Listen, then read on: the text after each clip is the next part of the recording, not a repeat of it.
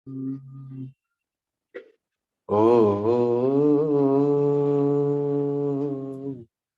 श्री गुरुवे नमः।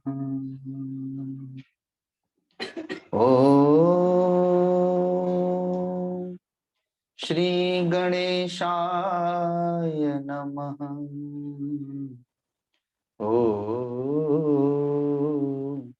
श्री सीतापतये नमः।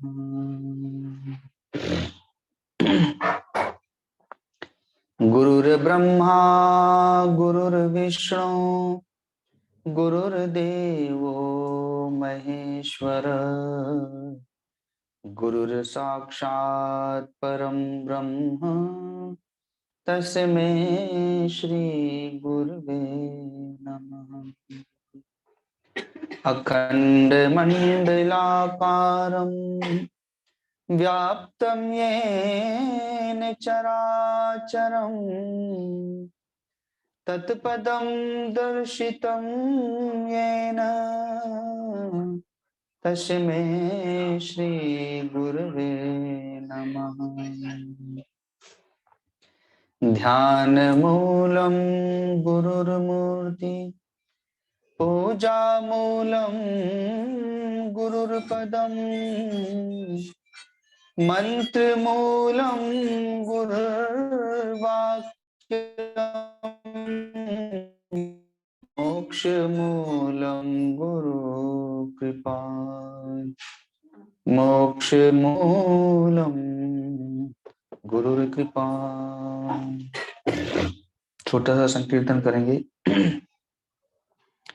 सीता राम राम राम सीता राम राम राम सीता राम राम राम सीता राम राम राम सीता राम राम राम सीता राम राम राम सीता राम राम राम सीता राम राम राम सीता राम राम राम सीता राम राम राम सीता राम राम राम सीता राम राम। राम ही केवल प्रेम प्यारा, जाने ले जो जान निहारा। राम ही केवल प्रेम प्यारा, जाने ले जो जाने निहारा। सीता राम राम राम सीता राम राम राम सीता।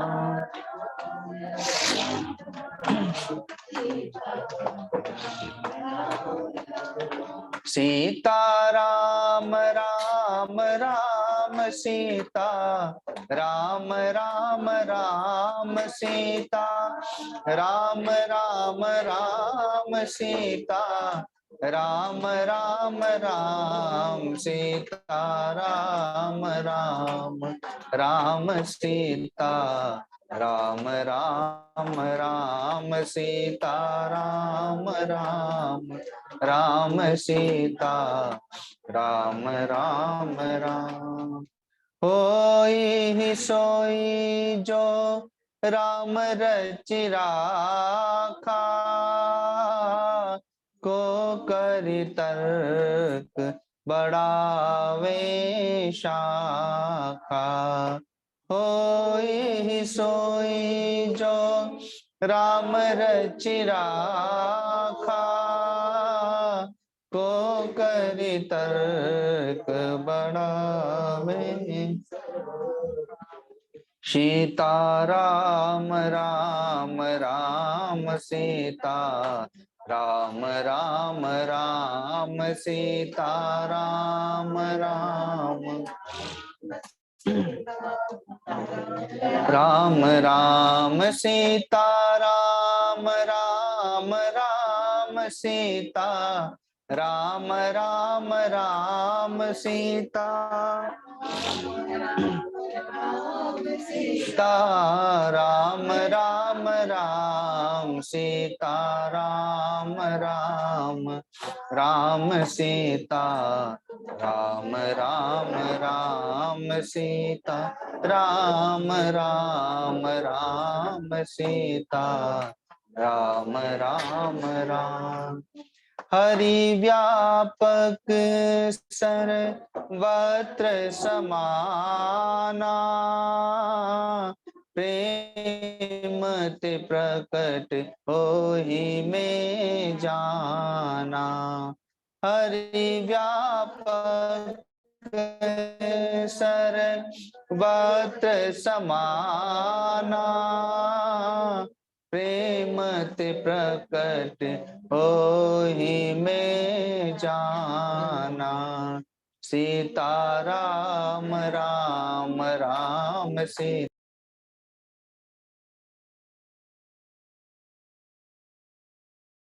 राम सीता राम राम राम सीता राम राम राम सीता राम राम राम सीता राम राम राम सीता राम राम राम सीता राम राम राम सीता राम राम राम सीता राम राम राम सीता राम राम राम सीता राम राम राम सीता राम राम राम।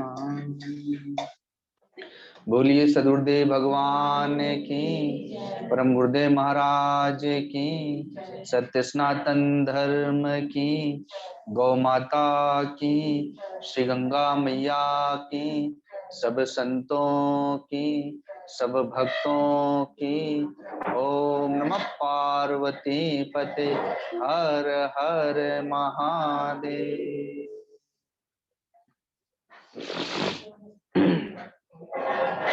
पहले तो जिन लोगों के मोबाइल खुले रह गए हैं वो अपने अपने मोबाइलों को साइलेंट कर लेंगे या स्विच ऑफ कर लेंगे, जिससे कि बीच में बाधा उत्पन्न न हो।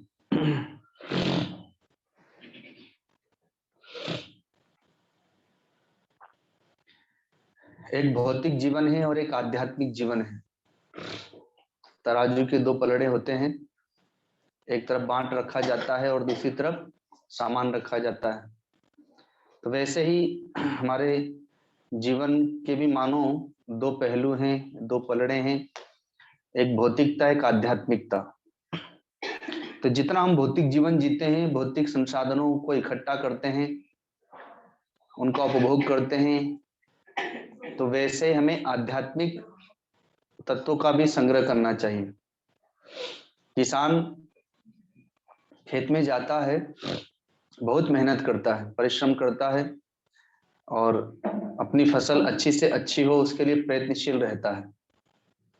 व्यापार करने वाला व्यापारी अपने व्यापार को बढ़ाने के लिए प्रयत्नशील रहता है, व्यापार को बढ़ाता भी है, उसके लिए मनन चिंतन भी करता है, प्रयत्न भी करता है। और जो नौकरी सर्विस करने वाले होते हैं वो भी चाहते हैं कि हमारी सर्विस और अच्छी से अच्छी पद को प्राप्त होती जाए। तो वैसे ही ये तो भौतिकता हुई, भौतिक जीवन के लिए यह भी आवश्यक है। लेकिन केवल यही हमारा जीवन नहीं है या इसी के लिए हमारा जीवन नहीं है, क्योंकि कहा गया है कि बच्चे बड़े कर पोष कर पशु भी बड़े कर देते हैं, खाते सभी पीते सभी निद्रा सपन भी लेते हैं। तो ये कार्य तो पशु पक्षी भी करते हैं। मनुष्य का जो जन्म है वह अपने उद्धार के लिए हुआ है, आत्म कल्याण के लिए हुआ है। जब हम माँ के गर्भ में हैं वहां पर भी भगवान हमें भोजन दे रहे हैं। जन्मते ही दूध की व्यवस्था भगवान कर देते हैं, कोई तो वहां पर प्रयत्न करता नहीं है। माँ के शरीर को निमित्त बनाया जाता है, लेकिन माँ कुछ नहीं करती है, वो सब कुछ भगवान ही करते हैं। तो वैसे ही जब वहां पर भगवान हमारे लिए सब व्यवस्था कर रहे हैं, तो व्यक्ति जहां भी जाता है उसकी सब व्यवस्थाएं होती है, लेकिन वो व्यर्थ में चिंतित रहता है और इन्हीं वस्तुओं के ही चिंतन में अपना जीवन व्यतीत कर देता है। रोटी वस्त्र और मकान तक ही उसका जीवन सीमित रहता है। तो कल इसी बात को बताया गया था। प्रथम प्रश्न है काकभूषुंडी जी से गरुड़ जी का कि सबते दुर्लभ कवन शरीरा, प्रथम ही कहूं नाथ मति धीरा। सबसे दुर्लभ शरीर कौन सा है? 84 लाख योनियों में मानव का शरीर बड़ा दुर्लभ है। बड़े भाग्य से, भगवत कृपा से मानव का शरीर हमें प्राप्त होता है। विषय तो अन्य शरीरों से भी उपलब्ध होते हैं, लेकिन भगवत विषय अन्य शरीरों से उपलब्ध नहीं होते। ये जो बैठ करके हम भजन कर रहे हैं, सत्संग कर रहे हैं, ये केवल मानव शरीर को ही प्राप्त है। कभी हम लोगों ने कहीं पशु पक्षी कीट पतंगों का भजन करते हुए कहीं देखा है? ना उन लोगों को कहीं भजन करते हुए हम लोग देखेंगे और ना कहीं देवी देवताओं को, क्योंकि वे सब के सब भोग योनियां हैं। कोई पुण्य भोग रहे हैं, कोई पाप भोग रहे हैं। मानव का शरीर पुण्य पाप दोनों को भोगता हुआ भगवत भजन करते हुए मुक्त हो सकता है। और भजन तभी तक होता है जब तक कि हाथ पांव चल रहे हैं। खाट पे गिर जाने के बाद भजन होता है? भजन होगा उससे खाट पे गिरने के बाद जिसने सारे जीवन भजन किया है। अब सारा जीवन तो भजन किया नहीं, रोटी वस्त्र मकान की चिंता में समय बिताया, और जब भजन करने का समय आया, अर्थात जब वृद्धावस्था आई, तो रोग ने घेर लिया, तो अब फिर भजन नहीं होता, क्योंकि अब चित्त तब तक बहिर्मुख हो चुका है। भक्त प्रहलाद जब गुरुकुल में गए अध्ययन करने के लिए, तो वहां पर वो भौतिक विद्या नहीं पढ़ते। गुरुजी समझा समझा के थक गए पढ़ा करके, लेकिन वो कहते हैं कि ये विद्या मेरे किस काम की? ये विद्या तो केवल पेट भरने की विद्या है। पढ़ लिख करके हम सर्विस करेंगे, व्यापार करेंगे, तो ये तो पेट भरने की विद्या है, आत्म कल्याण वाली विद्या नहीं है, इसलिए मैं इसे नहीं पढ़ूंगा। तो उनके मित्रों ने चारों ओर से घेर लिया, कहा कि तुम ये सब कहां से सीखे हो? तो कहा कि जब मैं माँ के गर्भ में था तभी मेरे गुरुदेव देवर्षि नारद जी ने मुझे लक्ष्य करके और माँ को सत्संग दिया, उसके संस्कार मुझे भी प्राप्त हो गए। तो मैंने अपने गुरु से ही ये सब कुछ सीखा है। और उन्हें प्रबुद्ध करते हैं, अर्थात उन बालकों को भी ज्ञान देते हैं। और तो कहते हैं कि देखो, मनुष्य की अगर 50 वर्ष की आयु है, किसी की 70 वर्ष की आयु है, किसी की 80 वर्ष की आयु है, तो उसमें रात तो केवल सोने में ही बीत जाती है। अर्थात यदि हम घंटों में अपना जीवन देखें कि अगर 2000, 5000, 10,000 घंटे हमारा जीवन है, तो उसमें से आधा जीवन तो हमारा केवल सोने में ही बीतता है। तब तो आधा जीवन बचा, अर्थात रात तो हमने केवल सोने में बिता दी, अब बचा दिन। तो दिन केवल खाने कमाने में बीतता है। इसलिए प्रहलाद जी कहते हैं कि वृद्धावस्था की प्रतीक्षा मत करो कि वृद्धावस्था आएगी तब हम भजन करेंगे, क्योंकि बहुतों की तो वृद्धावस्था आती भी नहीं है और युवावस्था में शरीर चला जाता है।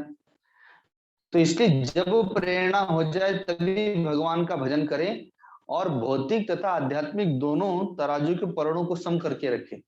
अर्थात जितना वो प्रयत्न भौतिकता के लिए कर रहा है, उतना ही प्रयत्न वो आध्यात्मिकता के लिए भी करे।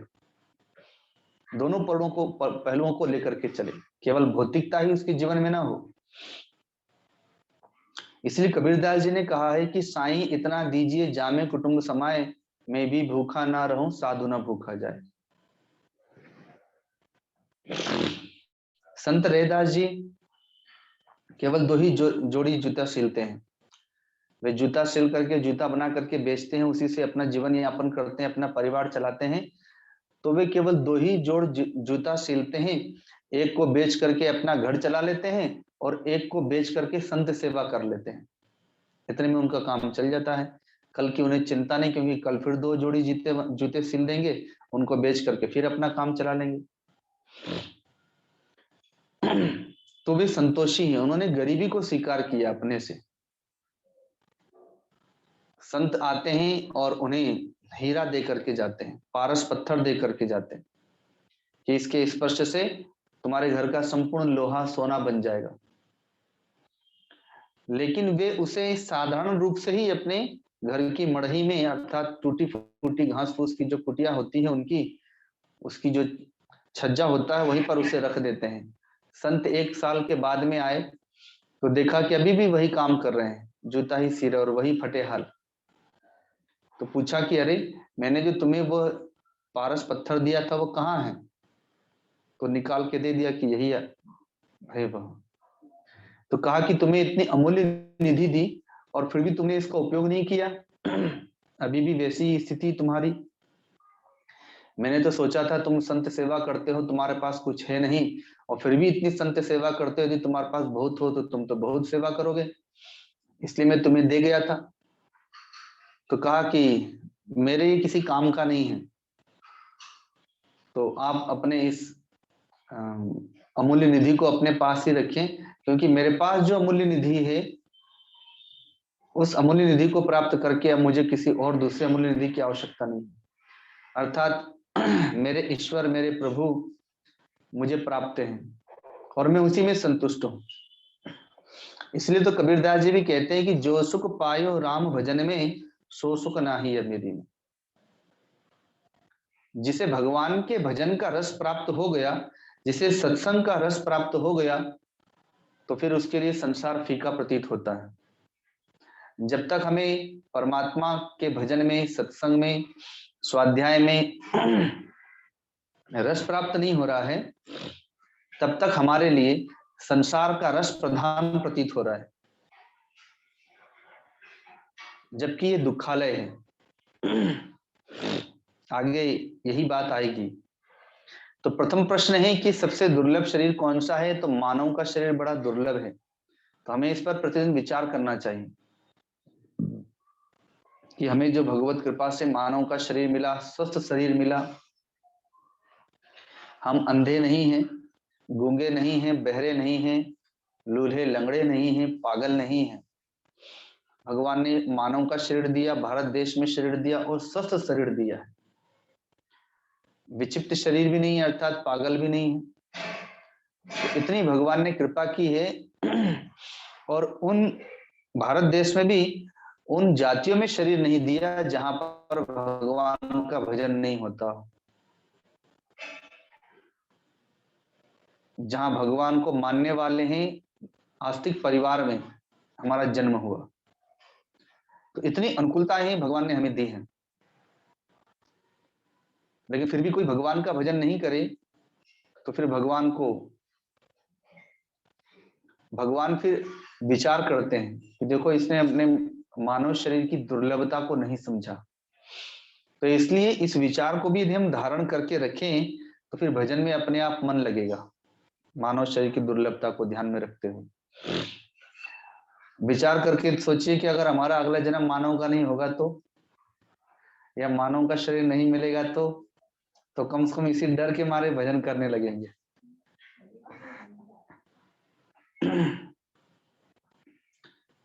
अब अगला प्रश्न करते हैं कि बड़े दुख कवन कवन सुख भारी, सो संक्षेप ही कहूँ विचारी।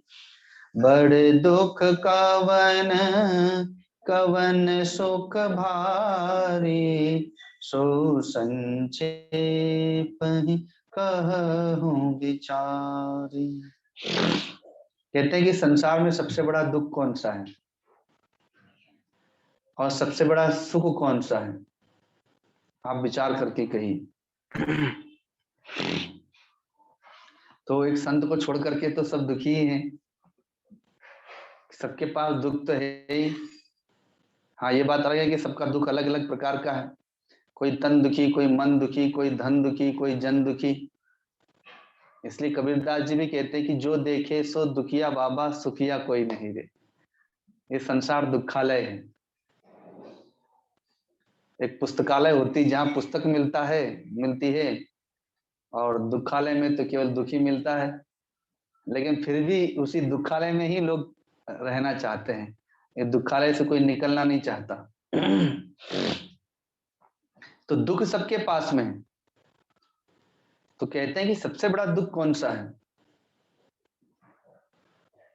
तो हर व्यक्ति को तो अपना दुख ही बड़ा लगता है। उसे लगता है कि मेरे समान संसार में कोई दुखियारा नहीं है। भगवान ने पता नहीं मुझे इतना दुखी क्यों, मेरे जीवन में सारा जीवन दुखी दुख दुखी दुख, उसे ऐसे ही लगता है। लेकिन जब वो दूसरे के दुख की कहानी सुनता है तो उसे लगता है कि अरे मेरा दुख तो कुछ भी नहीं है, ये तो बहुत अधिक दुखवान है। तो ऐसा जब वो विचार करता है तो उसे अपना दुख हल्का प्रतीत होता है। एक व्यक्ति, दशहरे के दिन सब लोग नए वस्त्र पहनते हैं, नए जूते पहनते हैं। तो एक गरीब बालक था, गरीब घर का, तो वो भगवान को कोस रहा था कि देखिए ये सब मेले में जा रहे हैं, नए कपड़े पहने, नए जूते पहने हैं, और हमारे घर में इतनी गरीबी कि हम पहन ही नहीं पाते हैं। आपने मुझे गरीब घर में मैं जन्म क्यों दिया? ऐसा कह करके भगवान को बहुत भला बुरा कह रहा था, रो रहा था। अब मैं मेले में नहीं जाऊंगा। उसे नए जूते चाहिए थे तो जूते थे नहीं। तो तब तक क्या देखा कि एक बहुत धनवान व्यक्ति का बालक था, वो जा रहा था लेकिन उसके पांव नहीं थे, वो अपंग था। तो फिर भगवान को वो देख करके धन्यवाद देता है कि प्रभु जूते नहीं दिए, कम से कम पांव तो दिए। इसके पास तो जूते तो है लेकिन पांव ही नहीं है। तो हमारा जो दुख है और जो सुख है वो हमारे मन की कल्पना है। जो हमारे लिए सुख लग रहा है, उस सुख से कोई दूसरा दुखी हो रहा है हमारे सुख को देख करके, और कोई हमारे दुख से बड़ा प्रसन्न हो रहा है हमारा दुख देख करके। तो सुख और दुख तो हमारे मन की कल्पना मात्र है, अर्थात अन्यथा संसार में सुख दुख नहीं है। समुद्र में हम जाते हैं तो समुद्र में क्या मिलता है? खारा पानी, और तो कुछ भी नहीं है समुद्र में। मछली आदि तो होते ही जीव जंतु, लेकिन जल, समुद्र के जल में हम जाएंगे तो हम भी खारे हो जाएंगे, बाहर आकर के फिर हमें नहाना पड़ता है दूसरे जल से। तो जैसे समुद्र केवल खारे जल का स्रोत है, वैसे ही परमात्मा केवल आनंदमय ही है। परमात्मा में केवल और केवल आनंद है, इसीलिए वे सच्चिदानंद घन कहलाते हैं। तो परमात्मा में तो केवल आनंद ही है, तो ये सुख और दुख कहां से आ गया? तो सुख और दुख तो मनुष्य की कल्पना के कारण से है, अन्यथा यहां तो केवल आनंद ही आनंद है। इसीलिए गीताकांड बाबा जी हमेशा गाया करते थे कि काहे रोवे मनवा आनंद ही आनंद है, सुख में आनंद और दुख में आनंद है, रोग में आनंद और भोग में आनंद है, आदि आदि वे हमेशा कहा करते थे। तो सुख और दुख तो हमारे मन की कल्पना है। हमने अपनी कल्पनाओं के कारण से उस सुख दुख को मानो प्रकट किया है। जब सत्संग के माध्यम से, विवेक के माध्यम से हम ऊपर उठ जाते हैं, अर्थात हमारा मन बुद्धि चित्त निर्द्वंद हो जाता है, तो फिर वहां पर सुख दुख की कल्पनाएं समाप्त हो जाती हैं। तो बड़ दुख कवन कवन सुख भारी। सबसे बड़ा दुख क्या है? तो कहते हैं नहीं दरिद्र सम दुख जग माही, और संत मिलन सम सुख जग नाहि। दरिद्रता के समान कोई दुख नहीं है।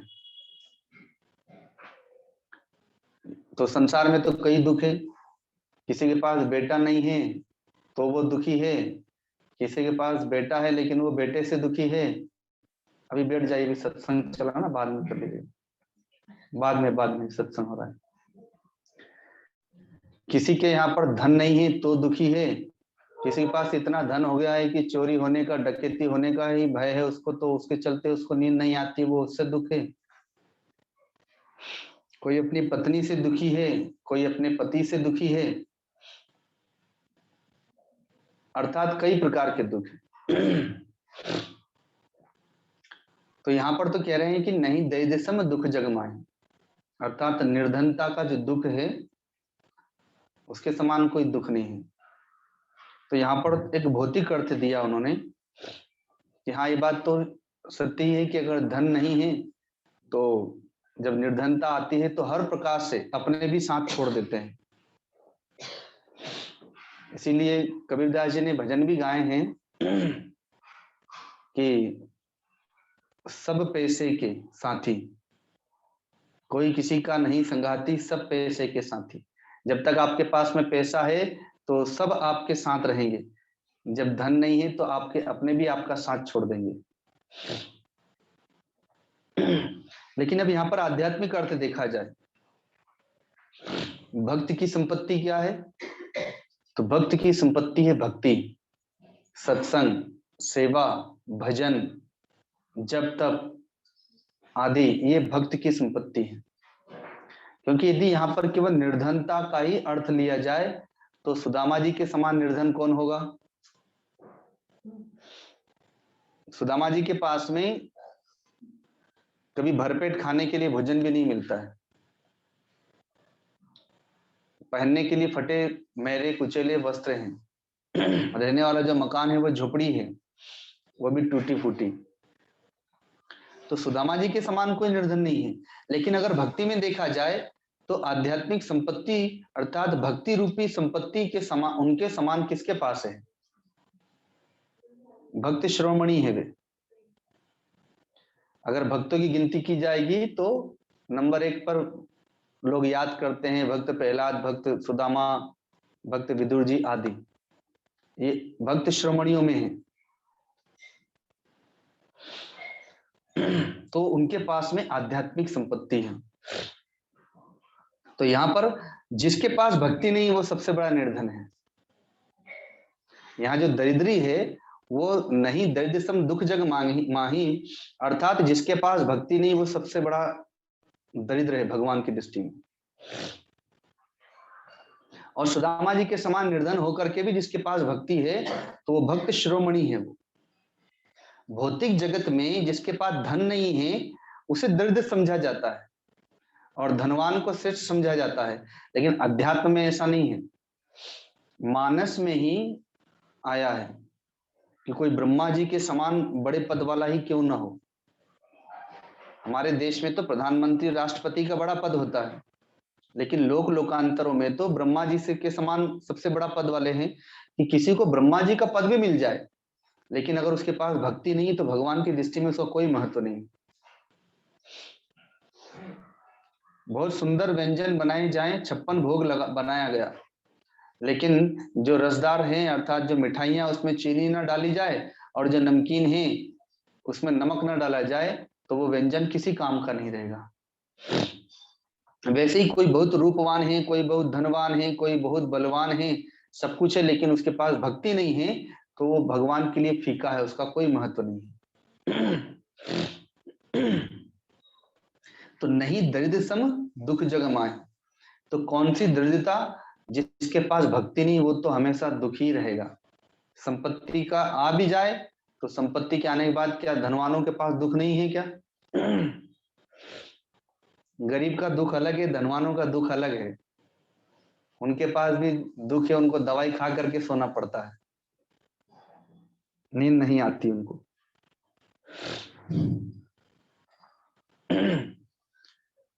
तो धन से दुख दूर नहीं होता है और धन से सुख नहीं मिलता है। तो यहाँ पर भक्ति का अभाव ही दरिद्रता है।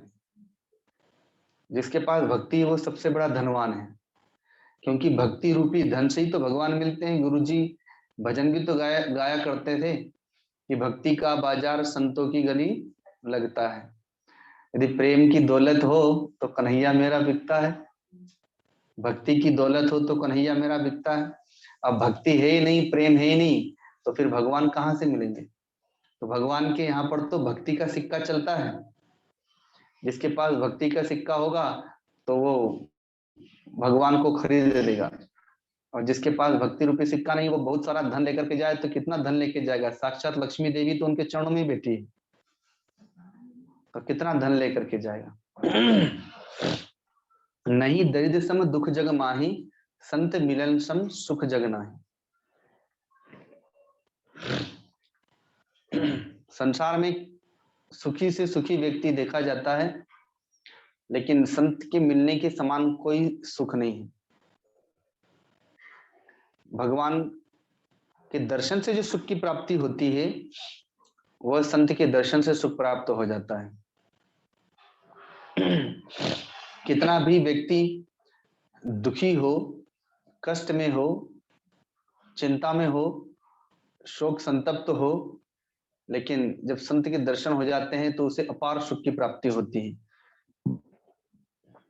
राजा परीक्षित को शाप मिलता है, 7 दिनों में तक्षक नाग आकर के डसेगा और मृत्यु हो जाएगी। वे अपना राज्य का, परिवार का, सबका परित्याग करके गंगा जी के तट पर आ गए, वहां पर अनशन कर दिया। अपने आप भगवत प्रेरणा से वहां पर संतों की टोली आ गई, चारों ओर से संत ही संत आने लगे, स्वयं भगवान सुखदेव जी भी आ गए। जब संतों को देखा तो वो अपना सारा दुख भूल गए, वो शाप भी उनके लिए वरदान हो गया, क्योंकि जब संत मिल गए तो अब निश्चित है कि भगवान मिलेंगे। अब संत मिल गए तो निश्चित है कि मुक्ति प्राप्त होगी। अब मृत्यु नहीं होगी, अब मुक्ति होगी।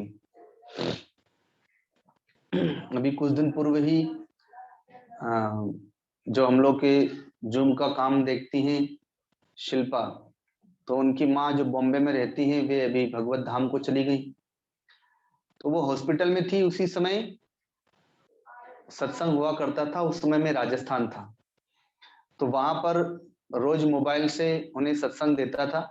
तो वो चाहती भी थी कि मैं हॉस्पिटल में शरीर न छोड़ूं, अर्थात यहाँ आईसीयू में या वेंटिलेटर पर शरीर न जाए, घर में रहूं, वहां सत्संग सुनते हुए, भजन कीर्तन सुनते हुए शरीर जाए।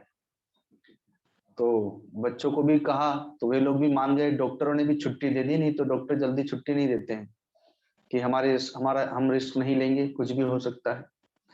तो मैंने उन लोगों से यही कहा था कि हमें माँ की मृत्यु नहीं करना है, माँ की मुक्ति करना है।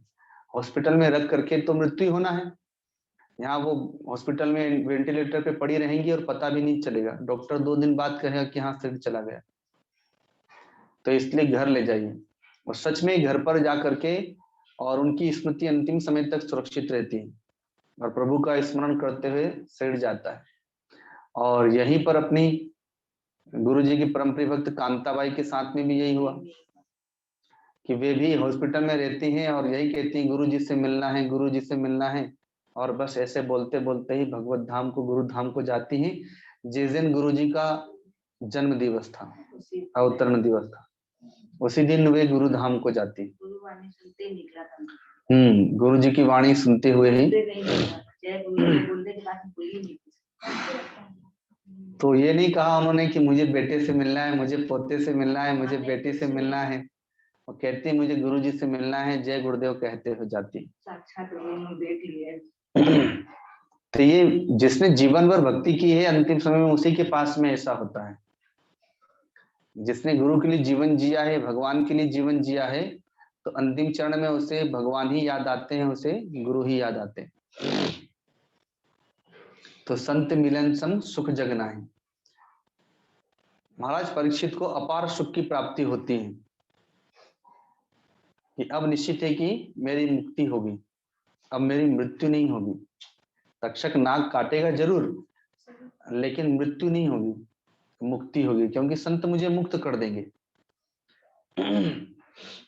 तो इसलिए गोस्वामी तुलसीदास जी के कहते हैं काकभूषण जी के माध्यम से कि नहीं दरिद्र सम दुख जग माही, संत मिलन सम सुख जग नाहि। दरिद्रता का तात्पर्य यहाँ पर भौतिक नहीं है, बल्कि आध्यात्मिक अर्थ है कि जो भक्ति में दरिद्र है, वास्तव में वही दरिद्र है। जिसके पास भक्ति है वो संसार में भौतिक दृष्टि से, लोगों की दृष्टि में वो दरिद्र दिखाई दे रहा है, लेकिन भगवान के लिए वो दरिद्र नहीं है। भगवान शांतिदूत बन करके कौरवों को समझाने के लिए गए। राजा धृतराष्ट्र, दुर्योधन आदि को सबको भगवान ने समझाया, लेकिन कोई मानता ही नहीं, बल्कि दुर्योधन तो व्यथित होकर के और क्रोध में भर करके भगवान को बंदी बनाने चल पड़ा, लेकिन बना ना सका। सभा विसर्जित हुई, भगवान अब कहाँ जाएं? तो दुर्योधन ने भी व्यवस्था करके रखी, 56 भोग बना करके रखे हैं।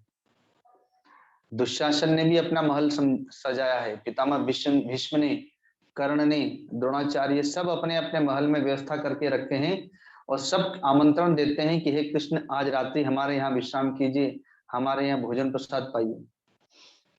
लेकिन जिसने आमंत्रण नहीं दिया था, भगवान तो वहीं पहुंच गए, अर्थात विदुर जी के घर चले गए।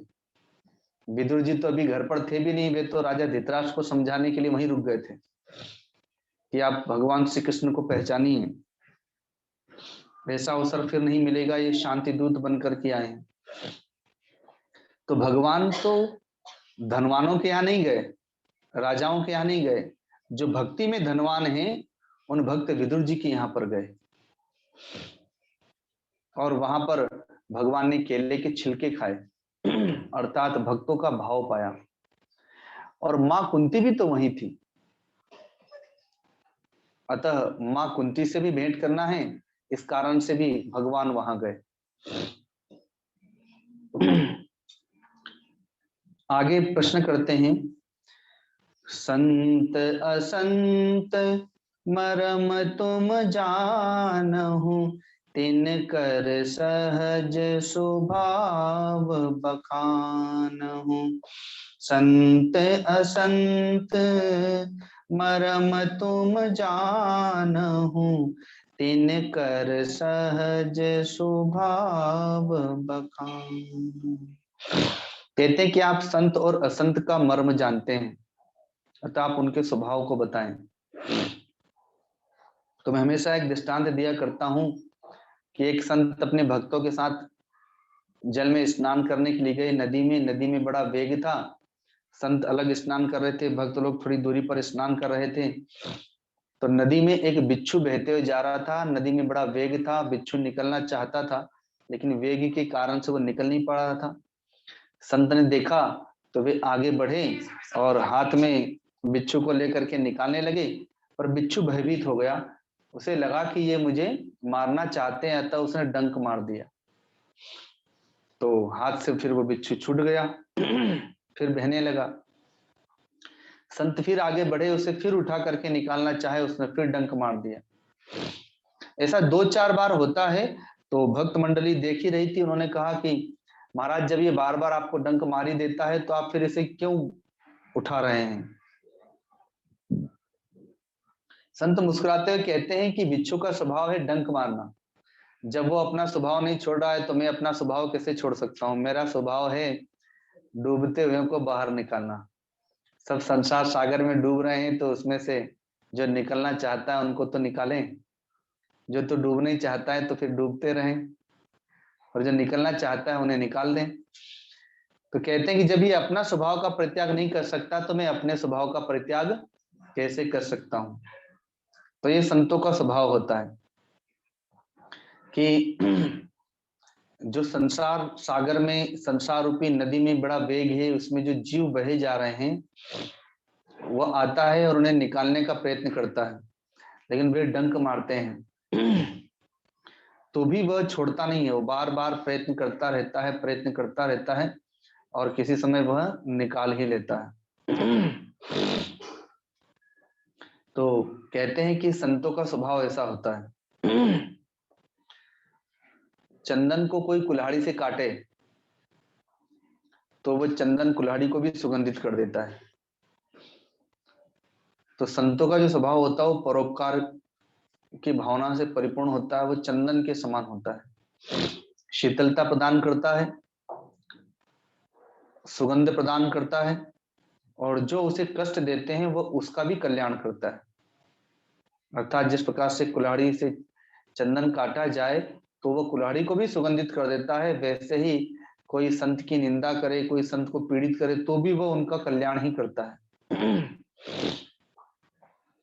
तो परहित ही उनका स्वभाव है, अर्थात परोपकार करना ही उनका स्वभाव है संतों का।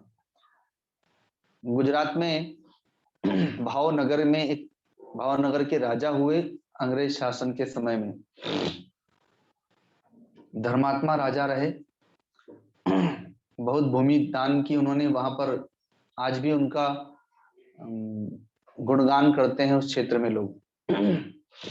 तो वे बड़े धर्मात्मा थे। एक समय की बात है कि आम के बगीचे में वे बैठे हुए थे, मंत्रियों के साथ में विचार विमर्श कर रहे थे किसी विषय पर। तो बगीचा आम का जहां समाप्त होता था वहां पर दीवार थी, बाउंड्री थी, उसके पास में ही वो बैठे हुए थे। तो पीछे से कुछ गांव, उस क्षेत्र के बच्चे आम तोड़ने के लिए वहां पर आए। पेड़ों में आम लगे हुए थे, सीजन था आम का। तो बच्चों ने पत्थर फेंका। उन्हें पता नहीं था बच्चों को कि उस तरफ राजा लोग बैठे हुए हैं अपने मंत्रियों के साथ में, सिपाहियों के साथ में। बच्चों का ध्यान तो केवल आम पर था। तो बच्चों ने पत्थर फेंके, तो कुछ तो पेड़ पर लगे और कुछ पत्थर उस पार निकल गए, चले गए, और राजा के सिर पर ही लगा वो पत्थर। पर संयोग से राजा ने पगड़ी बांध रखी थी तो चोट तो नहीं लगी, लेकिन पत्थर तो लगा ही। तो जो सिपाही थे तुरंत दौड़े कि भाई किसने पत्थर मारा, कहां से पत्थर आया। बच्चों को पता नहीं था। तब तक सिपाहियों ने आकर के घेर लिया और बच्चों को पकड़ लिया। तो वे राजा के पास लेकर के आए। तो बच्चे घबरा रहे थे, कोई रो रहा था, थर-थर कांप रहे थे बच्चे लोग कि अब तो राजा के सिपाही पकड़ लिए, हमसे अपराध हो गया, अब पता नहीं क्या दंड मिलेगा। घर पर माता पिता भी पिटाई करेंगे और यहाँ पे पता नहीं राजा भी क्या दंड देंगे। तो बच्चों की हालत देख करके राजा ने कहा कि पहले तो सिपाहियों से कि छोड़ दो इन लोगों को। अब उन लोगों को बैठाया कि शांति से बैठो, क्या बात है, तुम लोगों ने पत्थर क्यों मारा। तो बताया कि हम लोग आम खाने के लिए आए थे, हमें पता नहीं था महाराज कि आप इस तरफ हैं, हम लोग तो आम को पत्थर मारे, लेकिन गलती से आपको लग गया। अब हम जीवन में कभी आम तोड़ने यहाँ नहीं आएंगे, पत्थर नहीं मारेंगे। संत ने, राजा ने कहा कि देखो ये आम तुम्हें फल देते हैं, ये पेड़ जो है तुम्हें फल देते हैं, तो तुम्हें कोई पत्थर मारे तो चोट लगेगी कि नहीं लगेगी। कहा कि हाँ चोट तो लगेगी। तो जब तुम इन पेड़ों को पत्थर मारते हो तो इन्हें चोट नहीं लगती। तो बच्चे हैं, बच्चों को क्या ध्यान है, बच्चों का तो ध्यान तो आम की तरफ रहता है। तो उन्होंने कह दिया कि हाँ उन्हें भी चोट लगेगी। तो कहा कि फिर तुम लोग इस तरह से पत्थर मार करके क्यों आम तोड़ते हो। सिपाहियों से कहा लाओ भाई इन लोगों के लिए आम तोड़ो। पके पके आम तोड़वाए राजा ने और उन बच्चों को भरपेट खिलाया और कहा कि देखो अब आज के बाद कभी भी पत्थर मार करके पेड़ों से आम नहीं गिराना, क्योंकि वो पेड़ों को भी लग सकता है और औरों को भी लग सकता है। तो तुम्हारे माता पिता हैं तो यदि सामर्थ्यशाली हैं तो उनको कहो कि वो आम खिलाएं, और नहीं तो यहाँ आ जाया करना, ये सिपाही तुम लोगों को आम खिला देंगे, लेकिन पत्थर नहीं मारना आज के बाद। तो इस प्रकार से बच्चों को छोड़ दिया। तो बच्चे तो बड़े खुश हो गए कि हम लोग तो सोच रहे थे कि पिटाई होगी, पता नहीं क्या दंड मिलेगा, लेकिन यहाँ तो आम खाने को मिल गए, और ऐसे तो मेहनत करते तो दो चार ही आम हाथ लगते, यहाँ तो भरपेट मिल गए। तो जब वे चले गए तो मंत्रियों ने कहा कि महाराज आपने क्या किया, अब तो ये रोज रोज आएंगे यहाँ पर। तो कहा कि क्या हो गया रोज रोज आते हैं। तो उन्होंने कहा कि देखो मेरे मन में एक विचार आया। ये बच्चे लोग पेड़ पर पत्थर मार रहे थे, जिस पेड़ को हम लोग जड़ कहते हैं, वह पेड़ की महानता तो देखो कि वो पत्थर मारने वाले को भी फल देता है। वो छाया देता है, पत्ते देता है, लकड़ी देता है जलाने के लिए, वो ऑक्सीजन देता है, वो फल देता है। और हम अपने आप को राजा कहते हैं, मनुष्य कहते हैं, बुद्धिमान कहते हैं। राजा प्रजा का पिता होता है। तो वो पेड़ हमसे अच्छा है कि पत्थर मारने वाले को भी आम देता है, वो फल देता है। तो हम औरों को क्या देते हैं। तो इसलिए मेरे मन में आया कि जब पेड़ से हमें शिक्षा प्राप्त हो रही है तो उसने पत्थर मारा, तो वो जब वह फल दे सकता है तो हम फल क्यों नहीं दे सकते। ऐसे धर्मात्मा राजा थे। तो ये संत का स्वभाव है कि जो उसका अहित करता है उसका भी वह हित करता है, क्योंकि वह परोपकार की भावना से युक्त होता है। और जो असंत होते हैं, जो दुष्टात्मा होते हैं, वे कैसे होते हैं, वे ओले के समान होते हैं। ओला देखा होगा ना आप लोगों ने, या सुना तो है कि भाई ओले पड़े, किसानों की खेती सब गल गई। तो ओले ऐसे होते हैं कि अपने तो गलते ही हैं और फसल को भी चौपट कर देते हैं। जैसे दुर्योधन अपने तो गया ही गया, अपने पूरे वंश को भी नष्ट कर गया। और पांडव पक्ष के भी बहुत सारे लोग उसके कारण से युद्ध में मारे गए। तो दुष्टों का ऐसा स्वभाव होता है, दूसरे का सुख देख नहीं सकते। जहां संत दूसरे के दुख को देख नहीं सकते हैं, वहां पर जो दुष्ट होते हैं वो दूसरे का सुख उनसे देखा नहीं जाता। वो अपने दुख से कम दुखी होते हैं, उन्हें दूसरों के सुख से ज्यादा दुख होता है। अपना दुख तो उन्हें याद ही नहीं पड़ता है। अपने दुख झेल करके दूसरे को दुख अगर मिलता हो तो वो भी तैयार है उसके लिए, दुख में रह लेंगे। जब दुर्योधन अंतिम समय में जब जांग टूट गई उसकी, वो करा रहा था, तो अश्वत्थामा कृतवर्मा कृपाचार्य वहां पर आए आधी रात को मिलने के लिए। तो अश्वत्थामा रोता है कि एक समय ऐसा था, 11 अक्षौणी सेना के सम्राट थे आप, आज धरती पर पड़े हैं, धूल में मिल गया आपका सब कुछ, राज्य सारे भाई मारे गए, सब कुछ चौपट हो गया। तो दुर्योधन कहता है मुझे इस बात का दुख नहीं है, मुझे दुख इस बात का है कि हम 100 भाई थे और 100 में से एक भी नहीं बचा, और मेरे शत्रु 5 भाई थे, 5 में से एक भी नहीं मरा, मुझे इसी बात का दुख है। तो हमारे 100 भाई मर गए इस बात से उसे दुख नहीं है, लेकिन वो पांचों एक भी नहीं मरा उस बात का उसको दुख है। तो दुष्ट का ऐसा स्वभाव होता है। आतंकवादियों को तो आप लोग सुनते ही हैं, अपने मर जाएंगे विस्फोट में, लेकिन लोगों को मारना चाहते हैं वो। अब उससे उनको क्या सुख मिलता है? तो ऐसा दुष्टों का स्वभाव होता है। तो कहते हैं कि संत और असंत में स्वभाव कैसा होता है, तो काकभूषण जी बताते हैं कि संत तो परोपकारी होते हैं, दूसरों का उपकार ही करते रहते हैं, परमार्थ के कारण साधुन धरा शरीर, वो परमार्थी होते हैं। अर्थात जो कार्य माता पिता भाई बांधव भी नहीं करते हमारे लिए, वो कार्य वो करते हैं। माता पिता भाई बांधव हमारे भौतिक जीवन के लिए जीते हैं, हमारे लिए रोटी की कमी ना हो जाए, वस्त्र की कमी ना हो जाए, मकान की कमी ना हो जाए, हम सुख शांति से जीवन जिए। अब परलोक हमारा कैसा हो उनसे कोई लेना देना नहीं, हमारी मुक्ति हमारा उद्धार होगा कि नहीं होगा उससे कोई लेना देना नहीं। लेकिन साधु को इस बात की चिंता रहती है कि आपका उद्धार कैसे हो, आपकी मुक्ति कैसे हो।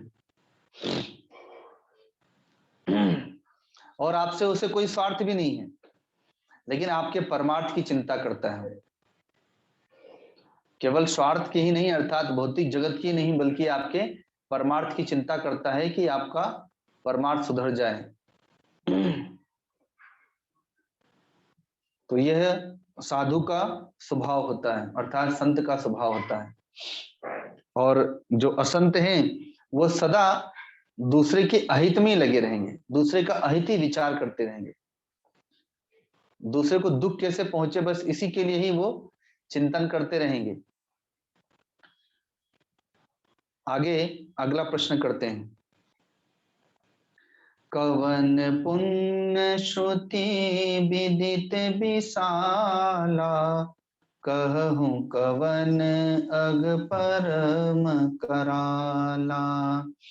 कवन पुण्य श्रुति विदित विशाला, कहूँ कवन अग परम कराला।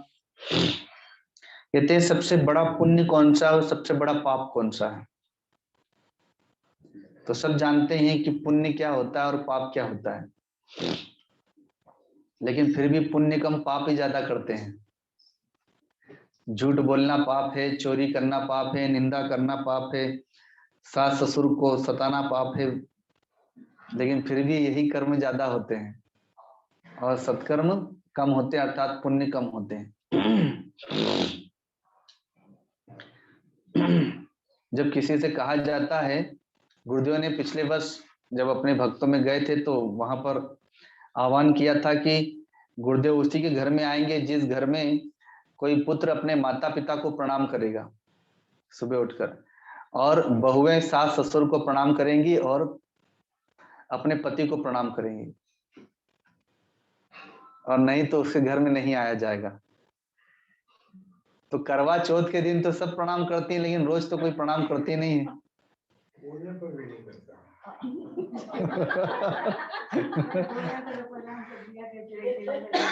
तो जैसे अभी हंसी हो रही है, तो गुरुदेव ने जब ये कहा तो वहां पर भी सब लोग हंसने लगे।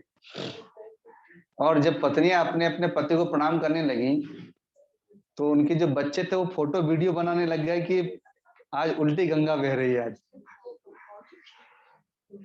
जो जो हमारी जीवन की सहजता है, हम सहजता से कितने दूर चले गए। जो जीवन की सहजता है, जो नित्य हमारे जीवन की शैलियां हैं, सुबह उठ करके माता पिता को प्रणाम करना, गुरुजनों को प्रणाम करना, भगवान ने हमें यही तो सिखाया है। तो हम अपनी सहज जीवन से कितने दूर हो गए कि हमारे लिए अब वो असहज हो गया। और यही पुण्य है, यही पुण्य है कि माता पिता को प्रणाम करें तो वो पुण्य प्राप्त होता है। सास ससुर को प्रणाम करें तो पुण्य प्राप्त होता है। पति को प्रणाम करें तो पुण्य प्राप्त होता है। गुरुजनों को प्रणाम करें तो पुण्य प्राप्त होता है। और यहीं से साधना प्रारंभ होती है। ये साधना की भूमिका है। सदाचार, जप, जोग, विरागा, ये 4 सूत्र देते हैं मानस में। पहला है सदाचार, अर्थात सदव्यवहार। जो सदव्यवहार करेगा उसी का जप में मन लगेगा। सदाचार से जप, और जप से फिर जोग में प्रवेश होगा, और फिर वैराग्य उत्पन्न होगा। तो ये भूमिका बनाई जाती है। तो कौन पुण्य है और कौन पाप है, ये प्रश्न किया। तो सब जानते हैं कि पुण्य क्या है, पाप क्या है, लेकिन फिर भी पाप की ओर ही मन आकर्षित होता है। और पुण्य करने में या तो हंसी आ जाती है और नहीं तो लज्जा आ जाती है, इसलिए पुण्य होता नहीं है। लेकिन फिर भी यहां पर बताते हैं, परम धर्म श्रुति विदित अहिंसा, पर निंदा सम अग्न गरीषा। परम धर्म श्रुति विदित अहिंसा, पर निंदा सम अग्न गरीषा। परम धर्म श्रुति विदित अहिंसा, कहते हैं कि अहिंसा के समान परम धर्म नहीं है, अर्थात परम पुण्य नहीं है।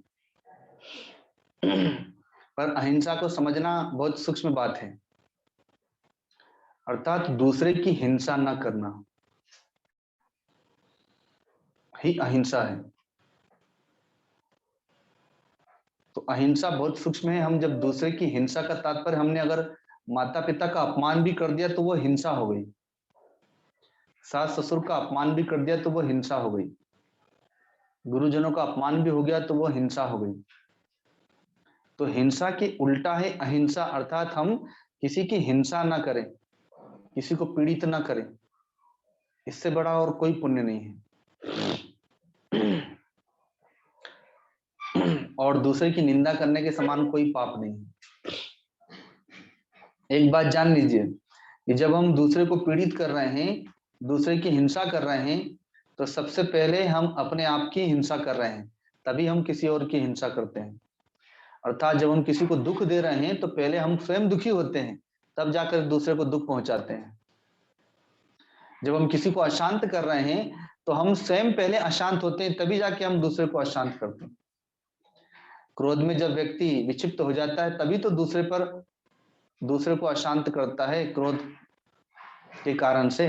तो क्रोध आया तो क्रोध सहन नहीं कर पाया और अपने आप पहले अशांत हो जाता है, बेचैन हो जाता है।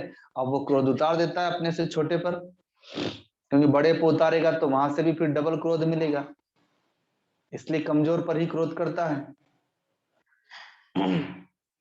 तो परम धर्म श्रुति विदित अहिंसा, पर निंदासम अघन गरीसा। दूसरे की निंदा के समान कोई पाप नहीं। तो यहां पर विस्तार के साथ में बताया है कि हर गुरु निंदक दादुर होई।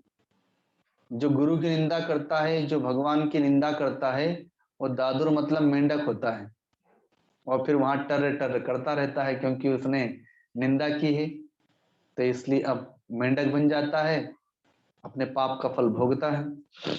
और इतना ही नहीं, जन्म सहस्त्र पाप तन सोई। केवल एक जन्म में मेंढक बने तो कोई छुट्टी भी मिल जाए, वहां 1000 जन्म तक मेंढक बनता है। इसलिए कभी भी भगवान की निंदा नहीं करना चाहिए, गुरु की निंदा नहीं करना चाहिए, ये बहुत बड़ा पाप है। द्विज निंदक बहु नरक भोग करी, जग जनमई बायस शरीर धरी।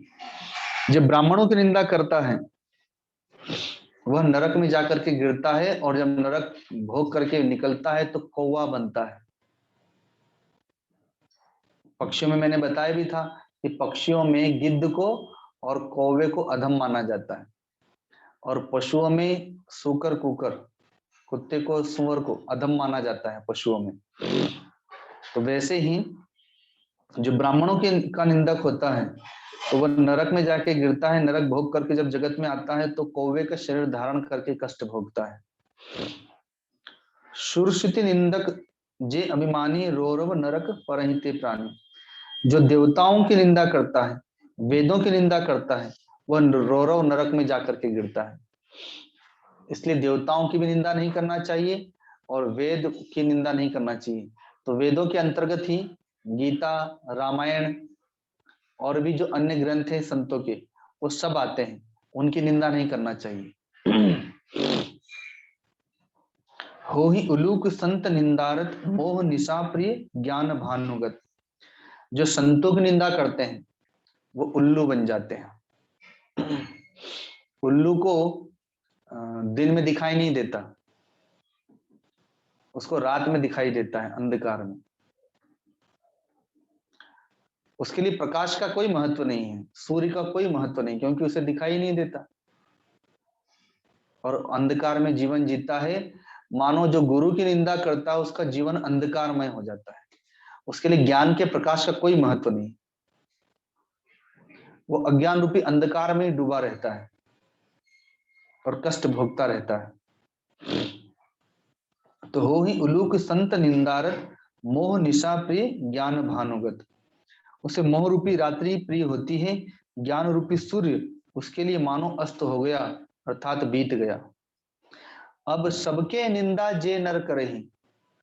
जो व्यक्ति सबकी निंदा करता है, यहाँ तो अभी देवी देवताओं की, गुरुजनों की, वेदों की, भगवान की निंदा की बात आ रही थी, वो उसे ये कष्ट मिलता है। लेकिन जो सबकी निंदा करता है अर्थात अन्य प्राणियों की निंदा करता है, ते चमगादड़ होई अवतर है, वो अगले जन्म में चमगादड़ बनता है और फिर पेड़ों पे जाकर के उल्टा लटक जाता है। बचपन में कोई बच्चा ज्यादा शरारत करता है तो माँ उल्टा लटका देती है, पिटाई करती है, लेकिन वहां तो थोड़ी देर की बात है, यहाँ तो उसको भगवान चमगादड़ बना करके उल्टा लटकाए रखते हैं, और वह भी अंधकार में जाकर के लटकता है उल्टा। तो कहते हैं भगवान कि सबके निंदा जे नर करही, ते चमगादड़ चमगादुर हुई अवतरही। तो इसलिए किसी की निंदा नहीं करना चाहिए, ना निंदा करना चाहिए और ना निंदा सुनना चाहिए, बल्कि अगर चर्चा करना ही हो तो भगवान के गुणों की चर्चा करना चाहिए। जो गुणों की चर्चा करता है तो उसका हृदय सद्गुणों से भरने लगता है, जो निंदा करता है तो उसका हृदय फिर निंदा के अर्थात अवगुणों से भरने लगता है। तो भगवान काकभूषुंडी जी से गरुड़ जी प्रश्न कर रहे हैं, 7 प्रश्न किए, जिनमें प्रथम प्रश्न, प्रथम कहो नाथ मति धीरा, सत्य दुर्लभ कवन शरीरा। कौन सा शरीर श्रेष्ठ है? तो मानव का शरीर श्रेष्ठ है। सबसे बड़ा दुख कौन सा है? तो नहीं दृढ़ सम दुख जग माही। लेकिन यहाँ भौतिक दरिद्रता की बात नहीं है, अर्थात भौतिक संपत्ति नहीं, आध्यात्मिक संपत्ति। अर्थात जिसके पास भक्ति नहीं है वो जान ले कि मैं गरीब हूँ, मैं दरिद्र हूँ भगवान के लिए, और जिसके पास भक्ति है वो भगवान के लिए वही अमीर है मानो। और सबसे संत असंत मरम तुम जानो। तो संत का स्वभाव परोपकार करना है और असंत का स्वभाव है दूसरे का अहित करना, दुख पहुंचाना। तो हम में कौन सा, हमारा कौन सा स्वभाव है? दूसरे का परोपकार करते हैं, दूसरे का हित करते हैं कि दूसरे का अहित करते हैं? तो हमें भी तो संत के लक्षण अर्थात भक्त के लक्षण धारण करने का प्रयत्न करना चाहिए। वृक्ष, नदियां, गोमाता, पर्वत ये सब परोपकारी होते हैं, संत परोपकारी होते हैं। तो उनसे हमें शिक्षा प्राप्त करना चाहिए कि हमारे जीवन में भी परोपकारिता है, अर्थात दूसरे का उपकार करना, दूसरे का हित करना। जो दूसरे का हित करता है भगवान उसका हित करते हैं, जो दूसरे का अहित करता है भगवान उसका अहित करते हैं। कवन पुण्य श्रुति विदित विशाला, कौन सा बड़ा पुण्य है? तो ऐसे तो बहुत से पुण्य हैं, लेकिन उसमें कहते हैं कि परम धर्म श्रुति विदित अहिंसा, दूसरे को कष्ट न पहुंचाए, ये सबसे बड़ा पुण्य है।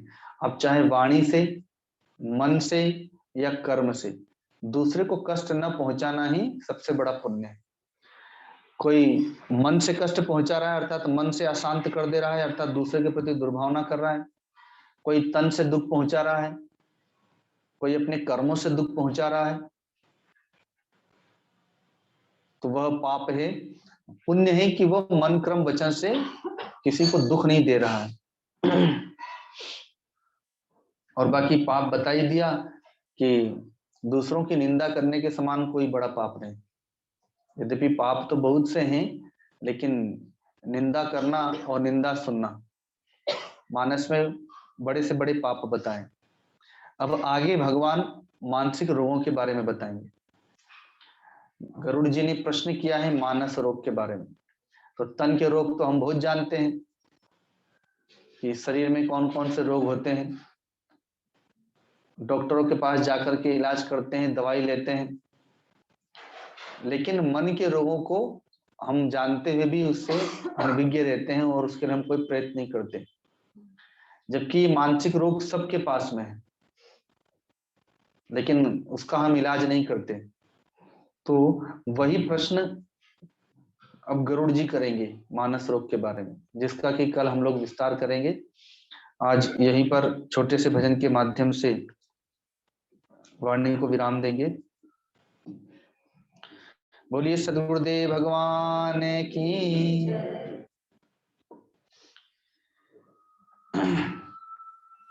ये मेरा जीवन तेरे हवाले,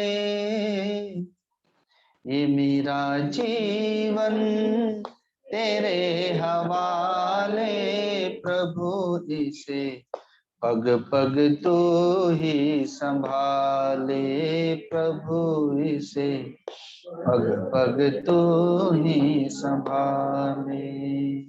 ये मेरा जीवन तेरे हवाले, मेरा जीवन तेरे हवाले, प्रभु इसे पग पग तू ही संभाले, प्रभु इसे पग पग तू ही संभाले। भवसागर में घिर गई नैया, भवसागर में गिर गई नैया, डोल रही है और खेवैया, डोल रही है और डोल रही है और खेवैया, अब आकर तो ही बचा ले, अब आकर तो ही बचा ले, प्रभु इसे पग पग तो ही संभाले, प्रभु इसे पग पग तो ही संभाले।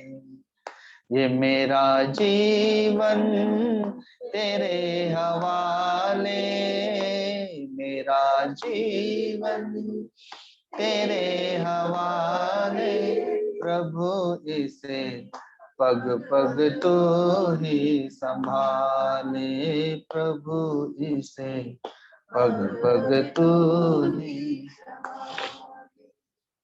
मोह माया के बंधन खोलो, मोह माया के बंधन खोलो, अब तो प्रभु मोहे शरण में ले लो, अब तो प्रभु मोहे शरण में ले लो, अब तो प्रभु मोहे शरण में ले लो। इस पापी को अपना ले, इसे पापी को अपना ले, प्रभु इसे पग पग तू ही संभाले, प्रभु इसे पग पग तू ही संभाले। मेरा जीवन तेरे हवाले, मेरा जीवन तेरे हवाले, प्रभु इसे पग पग तू ही संभाले, प्रभु इसे पग पग तू ही संभाले। ये जीवन है तुझसे पाया, ये जीवन है तुझसे पाया, सब तेरे हैं कोई ना पराया, सब तेरे हैं कोई ना पराया, सब तेरे हैं कोई न पराया। सुन धनुष ओ बांसुरी वाले, सुन धनुष ओ बांसुरी वाले, प्रभु इसे पग पग तू ही संभाले, प्रभु इसे पग पग तू ही संभाले। ये मेरा जीवन तेरे हवाले, मेरा जीवन तेरे हवाले, प्रभु इसे पग पग तू ही संभाले, प्रभु इसे पग पग तू ही संभाले, पग पग तू ही, पग पग तू ही, पग पग तू ही संभाले। बोलिए सद्गुरुदेव भगवान की, परम गुरुदेव महाराज की, सत्य सनातन धर्म की, गौ माता की, श्री गंगा मैया की, सब संतों की, सब भक्तों की। ओम नमः पार्वती पते हर हर महादेव।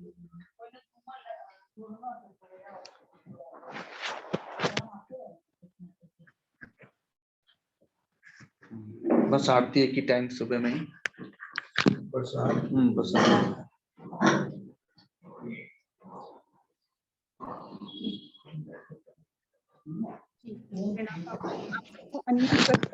आप सब प्रणाम कर सकते हैं।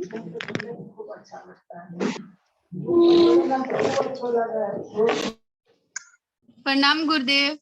प्रणाम गुरुदेव। प्रणाम गुरुदेव। प्रणाम बाबा। प्रणाम गुरुजी। प्रणाम गुरुजी। प्रणाम गुरुदेव। जय श्री गुरुदेव। प्रणाम गुरुदेव। प्रणाम गुरुदेव। जयकारा लगाएं जी। आइए मिलकर गुरुजी। सभी जयकारा लगाते हैं और कल पुनः गीता जी के विवेचन में 9 बजे हम फिर एकत्रित होंगे। बोलिए सद्गुरुदेव भगवान की जय, शंकर भगवान की जय, मैया की जय, माता की जय, गंगा माता की जय, श्री आनंदेश्वर महादेव की जय, आनंद की जय।